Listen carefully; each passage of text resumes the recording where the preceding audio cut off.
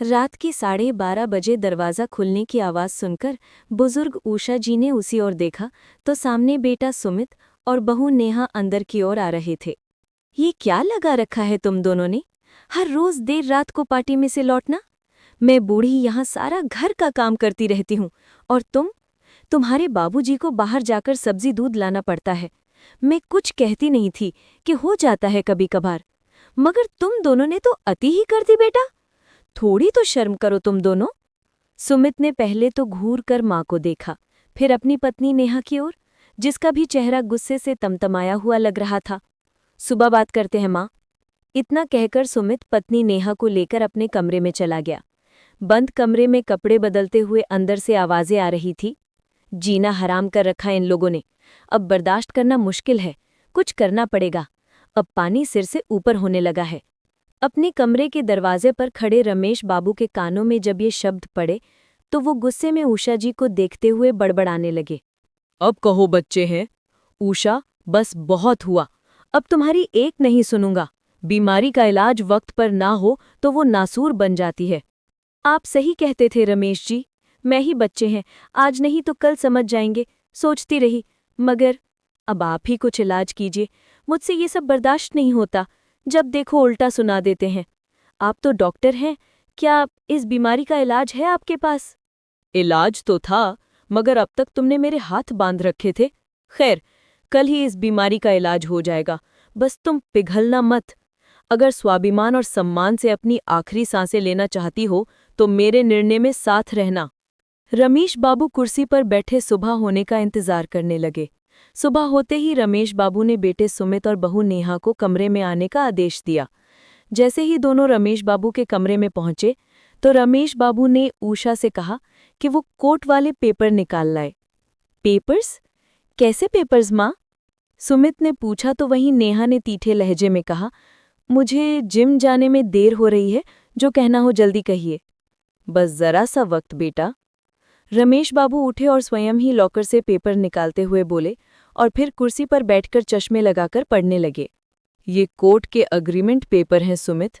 तुझे याद होगा, तेरे 18वें जन्मदिन पर जब तूने सबसे महंगी वाली बाइक मांगी थी तब मैंने तुझसे ये पेपर साइन करवाए थे और तूने मुस्कुराते हुए सहमति जताई थी।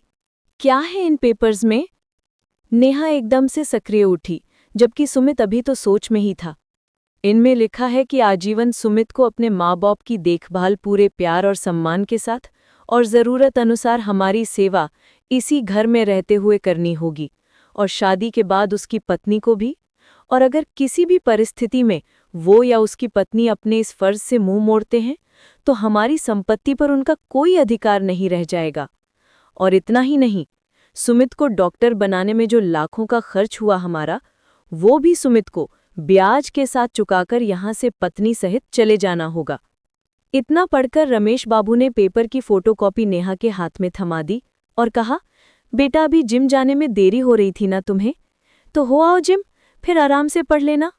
नेहा के तो जैसे होश ही उड़ गए। मगर पापा जी, माँ जी, हमारे साथ ऐसा कैसे कर सकते हैं आप? मेरा मतलब, हम इतना पैसा, और हम कहाँ जाएंगे? सुमित थोड़ा हकलाते हुए बोला। रात को तो तुम कह रहे थे कि पानी सिर से ऊपर, कुछ करना पड़ेगा, वगैरह वगैरह। अब क्या हुआ? पापा, वो... सुमित नेहा को देखकर बोला, हाँ पापा जी, हमें माफ़ कर दीजिए। वो हम बच्चों से गलती हो जाती है तो बड़े उन्हें माफ़ कर देते हैं। आप भी हमें माफ़ी। नेहा थोड़ा सा धीमी आवाज़ में सिर झुकाकर बोली, बेटा, जख्म जब लाइलाज हो जाए तो उसको काटना ज़रूरी हो जाता है। ये बात हम दोनों डॉक्टर होने की हैसियत से बखूबी जानते हैं। क्यों सुमित, सही कहा ना मैंने? खैर, अगर आगे से जिम्मेदार और सावधानी बरतने का वादा करो तो कुछ समय दूसरी दवा से इलाज करने की परमिशन दे सकता हूँ। जैसे कि आज से, बल्कि अभी से, रसोईघर तुम्हारे जिम्मे और बाहर से सामान वगैरह की जिम्मेदारी तुम्हारी सुमित। हाँ, यदि तुम दोनों अच्छे से अपनी जिम्मेदारियों को निभाने लगोगे तो हम दोनों भी तुम्हारी मदद करते रहेंगे। वरना एक और वसीयत तैयार की हुई है जिसमें हमारे बाद ये सब अनाथ आश्रम को। नहीं पापा जी, नहीं, हम दोनों अपनी अपनी जिम्मेदारियों को बखूबी निभाएंगे। सुमित और नेहा एक साथ बोले, ठीक है, तो शुरू हो जाओ। रमेश बाबू ने जैसे ही कहा, नेहा तुरंत रसोई घर की ओर नाश्ता बनाने के लिए दौड़ी, तो वहीं सुमित थैला लिए दूध लाने। रमेश बाबू जहां भौहें हिलाकर मुस्कुराते हुए उषा जी की ओर देख रहे थे, वहीं उषा जी भी मुस्कुराने लगी थी। आखिर देर से ही सही, आज उन्हें बीमारी का सटीक इलाज जो मिल गया था।